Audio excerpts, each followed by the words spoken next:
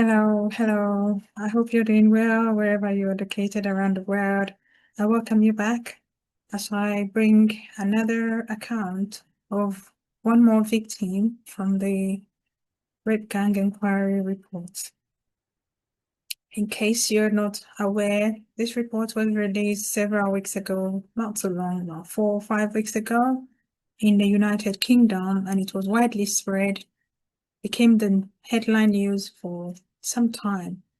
It's dying down, but I'm gonna carry on until I've gone through all the accounts of every single victim that was abused. Just come with me as we go on to explore the account according to Eleanor.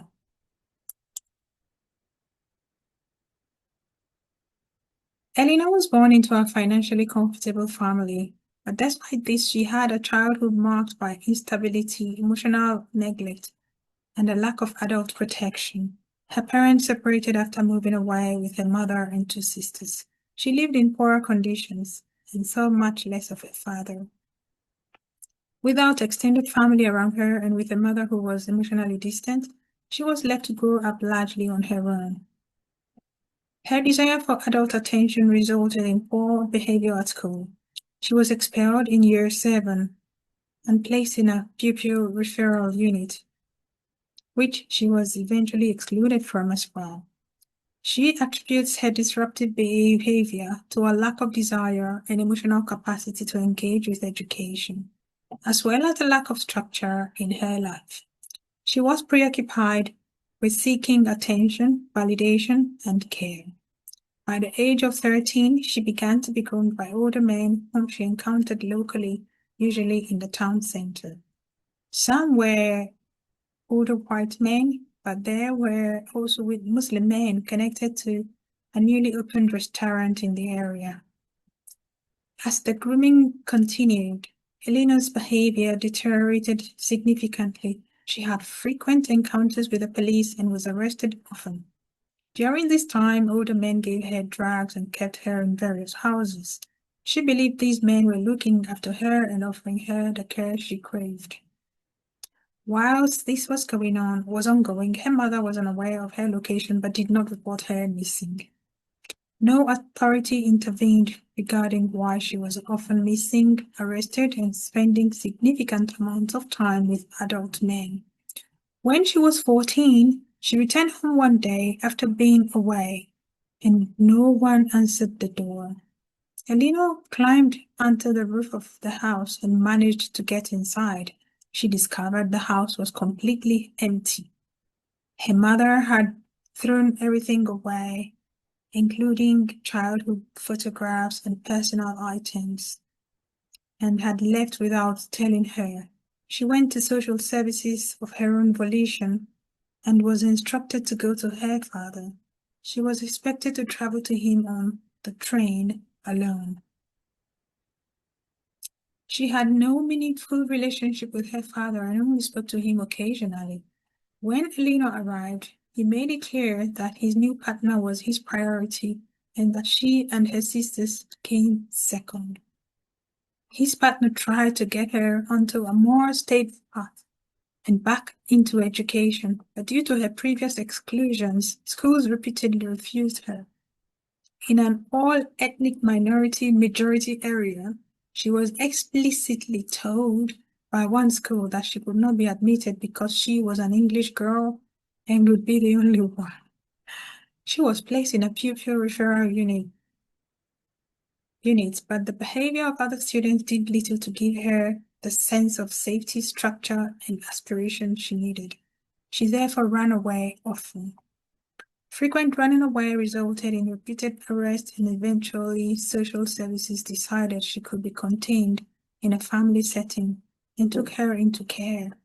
While in care, she became more visible and accessible to men who were already looking for vulnerable girls, and she was once again groomed.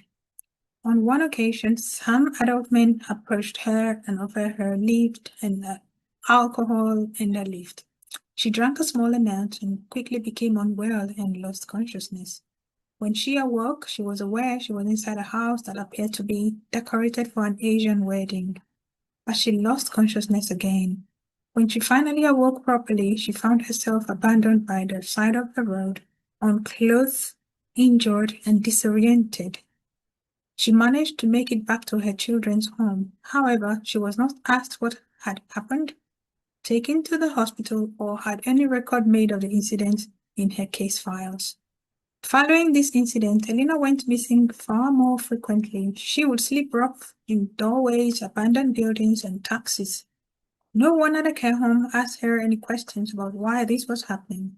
She was transferred to a different children's home where men regularly collected girls from outside the home and sometimes came inside the building itself. The staff allowed this to happen. The men offered food, alcohol, places to stay, and a sense of belonging. But in reality, they were there to sexually exploit children. Elena became involved with an older man whom she believed was her boyfriend. He was involved in the drug trade. She was taken to Jersey and kept in a hotel for several days. She was not allowed to leave frequently. Upon returning to the care home, no one questioned where she had been. She continued to be arrested for low-level offenses, particularly shoplifting. She was eventually placed in a young offenders institution. On one occasion, she was punched while being arrested, and this experience, among others, destroyed any trust she had in the police. From this point on, she saw the police as just another threat. While she was 17, Elena was present at a stabbing incident involving men connected to the grooming network that had been abusing her. She was not involved in the incident but gave the victim first aid and called emergency services. She was arrested at the scene and charged under the doctrine of joint enterprise with conspiracy to commit grievous bodily harm with intent. The case did not come to trial until after 2 years later, when Eleanor was an adult, and so she was tried as an adult. She was sentenced to 2 years in prison. She believes she was criminalized for circumstances that arose directly from exploitation, neglect, and systemic failure, rather than being protected from them. Following her conviction, Eleanor converted to Islam.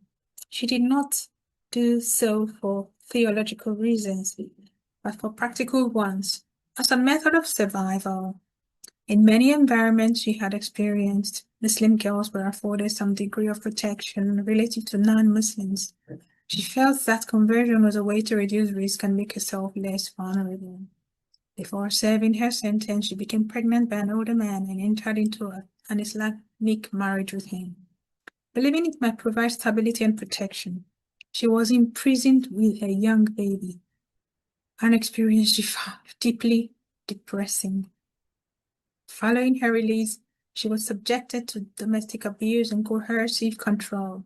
This abuse was always physical. It involved isolation, monitoring, restrictions on her behavior, and a constant erosion of her sense of self. She was controlled through fear, guilt, and religious obligation. She was not allowed independence or employment, and others were told she was mentally ill. This further isolated her. She met and married another man who took her to Saudi Arabia. She was entirely independent. She was entirely dependent on her husband for everything, and he was not allowed to leave the house without him. She felt isolated and powerless. This experience made her realize she needed to leave Islam, but she knew that apostasy carried very serious consequences, and so she kept it to herself. However, she was eventually able to escape Saudi Arabia and return to the United Kingdom with her children. Wow. Back in Britain with no home, work, or money, she was raped by another man, became pregnant again, and forced into another marriage. Her abuse continued. She eventually escaped the situation after studying in secret and building up her sense of identity and confidence enough to make a new life for herself. Helena believes much of the harm she experienced could have been avoided had institutions adequately protected her. Child services did not safeguard her. The educational system excluded her.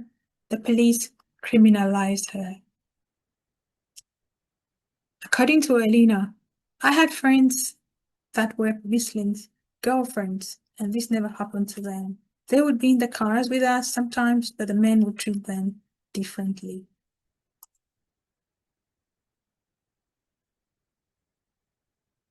That was Eleanor's experience from the hands of the monsters that violated, raped, and destroyed the lives of hundreds of thousands of little girls all around the United Kingdom.